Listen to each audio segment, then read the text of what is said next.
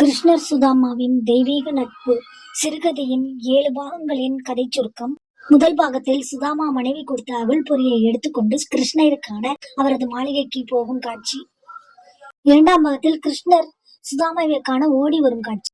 மூன்றாம் பாகத்தில் கிருஷ்ணர் சுதாமாவை அரண்மனைக்கு அழைத்துச் செல்லும் காட்சி. நான்காம் பாகத்தில் கிருஷ்ணர் சுதாமாவிற்கு அன்புடன் விருந்து உபசரிப்பார்.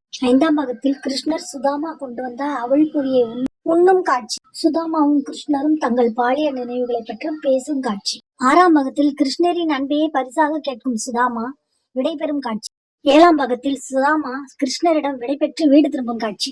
எட்டாம் பாகம் நிறைவு பாகத்தில் சுதாமா மனைவி சுசீலா கிருஷ்ணர் செய்த அற்புதங்களை சுதாமாவிடம் எடுத்து கூறுவதும் சுதாமா கிருஷ்ணரை நினைத்து ஆனந்த கண்ணீர் விடும் காட்சி.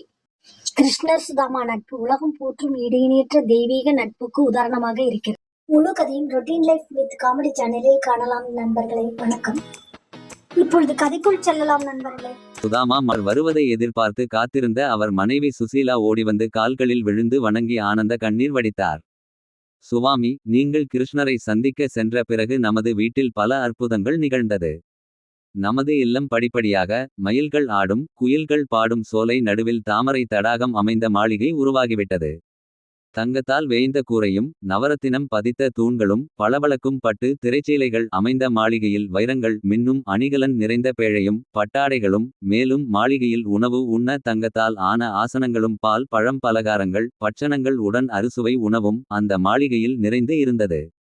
நமது இல்லம் சொர்க்கமாக ஜொலிக்கிறது சுவாமி. குழந்தைகள் வயிறார உணவு உண்டு பட்டாடை உடுத்தி மகிழ்ச்சியாக இருக்கிறார்கள். நாம் கிருஷ்ணரை நினைத்தவுடனே நமது வறுமை நீங்கிவிட்டது.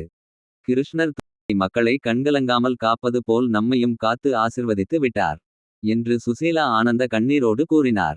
பிறகு சுதாமா தன்னிடம் ஓடிவந்து தன்னை அணைத்து கொண்ட குழந்தைகளை வாரி அணைத்து உச்சி முகர்ந்தார். நன்றி உணர்ச்சியோடு இரு கரம் கூப்பி கிருஷ்ணரை நினைத்து அவர் மனம் உருகி கண்ணீர் வடித்தார்.